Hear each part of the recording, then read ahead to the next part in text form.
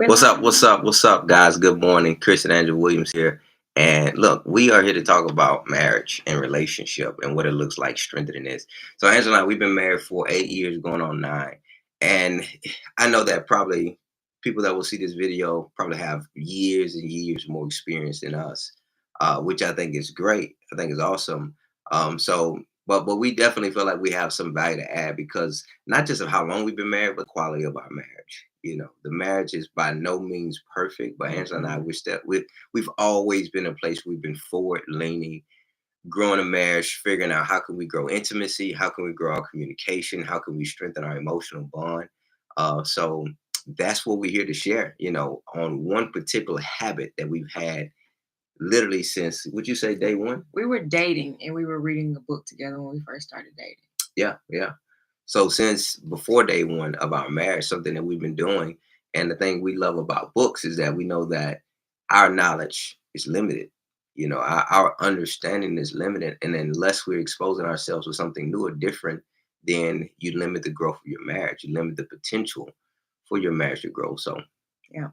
One of the just to flash back to the point where we were dating and reading a book, it just started to, I mean, if we were on different levels, it started to put us together and grow us on the same level. And that's what we're going to talk about today is how books and using knowledge. Look at our wonderful bookshelf back here, but using some of the things, the tools yeah, that we've used or different books that we've pulled together, and it just starts to help you get in sync as a unit, as a couple, because the goal of marriage, right, is to be in unity, to be unified in your ideas, and not that you are becoming, you become one spiritually, but you don't become one in all things. You're still an individual, but marriage can help you have discussions around your individuality, have mhm. discussions around the things that those reading in those books in marriage can help you start to understand his ideas and her ideas on different topics. So really, it's a really good tool to have in your toolbox. So check this out. I can remember when we were reading a book prior to marriage. And I think it was like Saving Your Marriage. Well, I know we did a system of saving your marriage before it starts. Something about things I wish I knew before I got married. Things I wish I knew before I got married. I think by Gary Chapman, if I'm not mistaken. But here's the biggest thing I remember. Before we even got married, guys, we set the foundation on expectations. And it was as simple as um it was an activity I remember we were going through. Like, who's gonna take out the trash? Like, who's gonna wash the dishes? Who's gonna do this? Who's gonna manage the finances? We didn't have any kids at this time. We had two independent professionals coming together, building a life together, and that in itself just caused friction, and that caused Sure. some a period of time to for things to smooth out. But if we had not done that work in the beginning, we had never read that book and had the conversation. I think reading a book, it sparks the conversation, Mhm. and it helps you talk about what you don't even know you needed to talk about. You know what I mean? So it just kind of brings to light some great things. But man, you remember how much our expectation was totally different. You know, That's the thing that was going through my mind because two people coming from two very different backgrounds, right? And the first, as Chris was sharing, the thing that came to my mind was expectations. What I grew up seeing my dad do, and me bringing those expectations over into our marriage. And so, yes, I remember those conversations and how, yeah, just even still sometimes now the expectations, and we have to still working communicate. on it. Yeah. We have to communicate through some of those expectations. So yeah, I remember it. We still deal with some of Yeah. that now. So, guys, here's another point. So, reading together, it encourages meaningful conversation. So, there's a book I think is Seven Principles for Making a Marriage Work, something in that realm. Highly research backed book on how to prevent going in a direction of divorce and keep the marriage strong. And the thing about it is, Angela and I, we got into such a meaningful conversation in the sense of one of the activities in the book. So the book, it talked about reminiscing.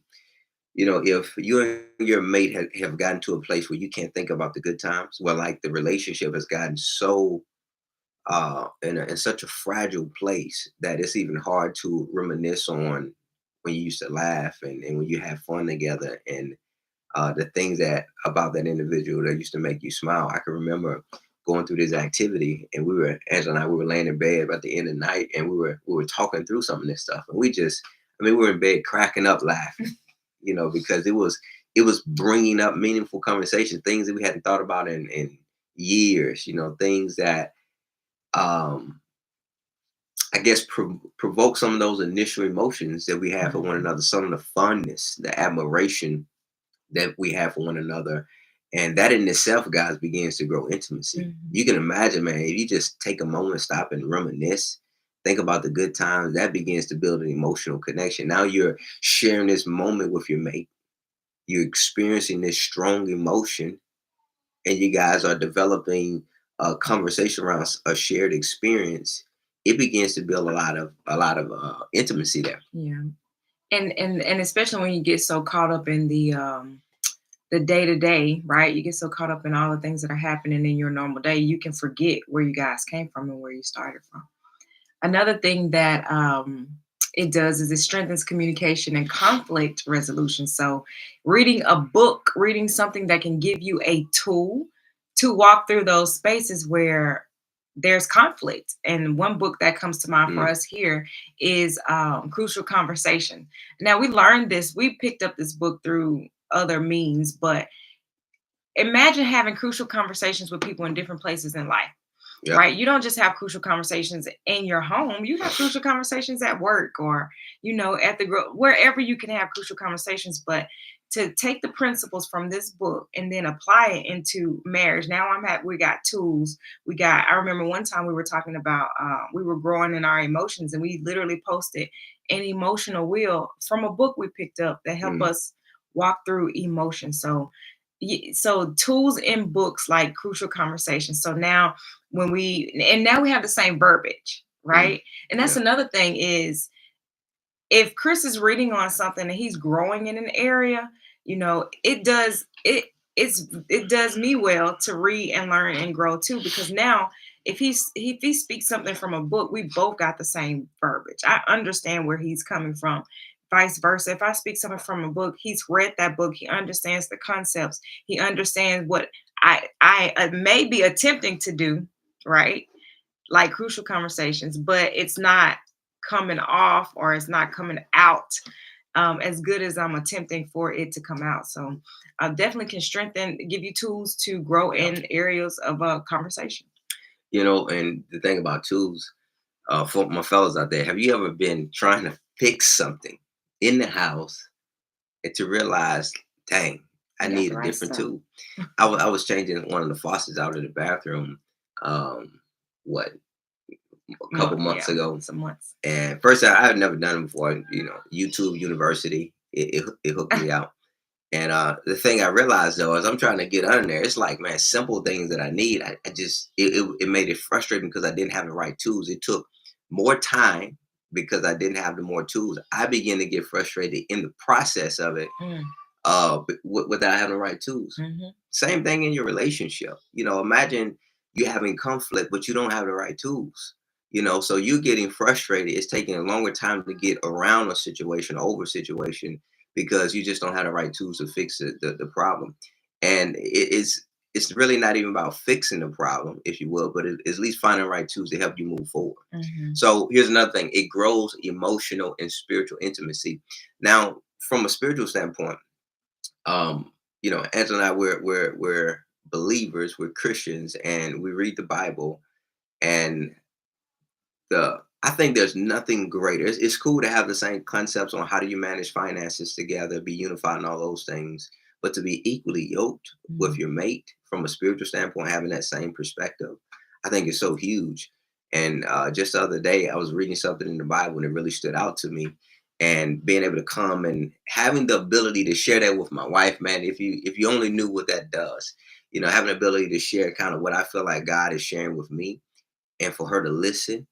And I feel like I'm walking in my role as a husband, of reading the word and sharing the word with my wife as we share the word with our children. But that's just another thing that has, strengthened the foundation of our marriage.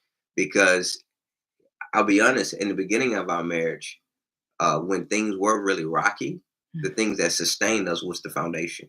Mm, It was the foundation of our faith. It was the spiritual intimacy that we had developed. Even before getting married, it was the fact of the matter that we agreed on the reason why we're here on this earth and the purpose of being married. And you can continue to do that as your marriage progresses. yeah. Last topic here is it fosters teamwork and shared goals, which I think in a marriage you should definitely have some shared goals and some things that you're working towards together. And as we're talking about this and talking about the tools from books, do know that a book is not going to be able to fix everything, right? Sometimes, and there are some good books out there, and but you have to have two people who are both willing to read and grow and apply the principles that you're learning. Yeah, that's true. But sometimes that may not be the case. So us as a people, us as African Americans, we tend to have this thing about canceling and not wanting to do it and get it, or how it makes us look, or what people think about us. Y'all, please, there's people that are professionally trained to help you walk through certain areas of life. So yeah, maybe you've tried to work something out. Maybe you picked up a book. I remember one day, very early in marriage, Chris, we were having some issues. Chris reached out to a mentor, and he came home, and we weren't even speaking to each other. And he came home with two books. What were they called? For men only and for women That's only. right. For Yeah. men only and for women only. And the mentor he spoke to recommended these books. And we're not even talking. And there's these books. And he's like, we need to read these books. I'm like, what? We're not even talking to each other. I'm not about to read no stupid book Hmm. with you. But that book, with that, would you say that book changed a lot Yeah. for us? Created tools. I mean, Gave us the right tools and the but right mindset. but the other key there is there was a person, right? There was a person that he had to go to who could recommend That's that true. book. So, maybe you don't know where to go, what book to go to. Find someone you trust, find someone who has the fruit in their marriage that they're growing and they're changing, that you want to reflect in your marriage, and maybe that person can be who leads you to, the next breakthrough, the next tool you need to help move on and unity in your marriage. Because it's not just about reading books; it's about reading the right book. And if you don't have the discernment to pick out the right book, the understanding of what you're looking for, what you need, then yeah, you're right. Having the right person, just like when I'm assessing a patient, I can't just give them a treatment. I got to give them the right treatment. Mhm. So I have to diagnose first before I can provide the right treatment. Well, sometimes it's great to have other perspective, external perspective, to kind of give a proper diagnosis so they can extend the right book recommendation. So here's how to get started, Yeah. because we want you guys to read together. Number one, we want you to read, and I think reading together as a couple, it begins from a desire of personal growth. It's from the momentum of I just want to grow me, Mhm. like as a man, as a person, as a father, as a son, as a believer, whatever role you have in life, you want to grow in that area. And guess what? There are resources and books for every role that you have in life to grow in that area. So it starts with personal momentum. What's the quote? Like, there's no difference between someone. Who doesn't read versus someone who can't read?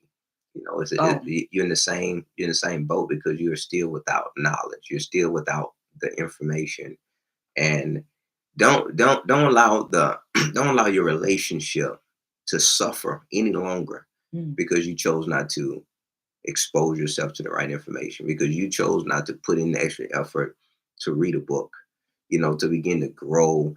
And once you do it, even if your significant other, your spouse, is not at that place yet, once you do it and they see the example, then maybe they'll want to do it as well. When they see the change, then maybe they'll want to do it as well.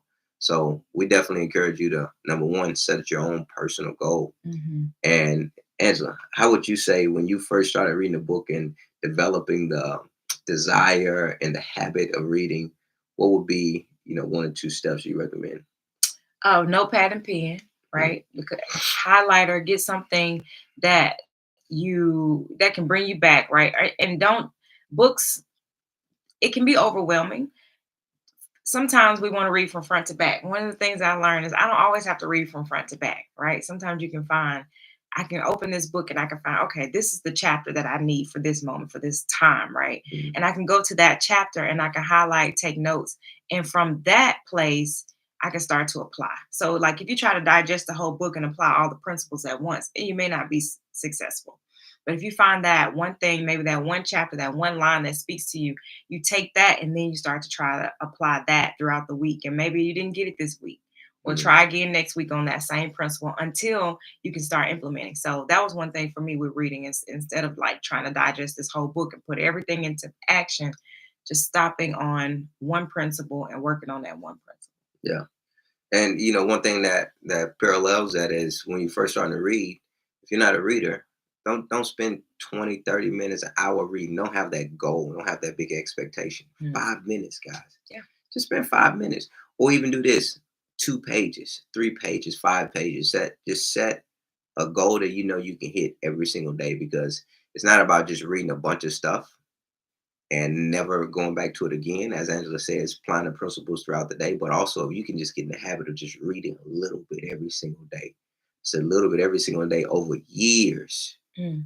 You will become a different person. And the woman you look at when you wake up in the morning, or the man you look at when you wake up in the morning, they will not recognize you. You will be totally transformed just by beginning to introduce your mind to different thoughts and applying those things in your life. You got anything else for us, sweetie? That's it. Hey guys, if you're enjoying this information, the content that we're sharing here, make sure you subscribe to this channel and make sure you share it. It's very important that you share. We want to get this out to people that can use this information Yeah, and use these absolutely. tools. And Absolutely. so we need you.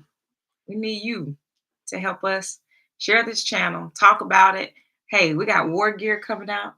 Hey, already out live winningagainstresistance.com. Go and check it out. You can get you some merch. You can get you hat, snapback. We got Scully. We got t-shirts, and we got more things that's coming out soon that'll be ready for the summertime. That's right. Yeah. Hey guys, we love you. We will see you next week. Take care. Go win. Go win.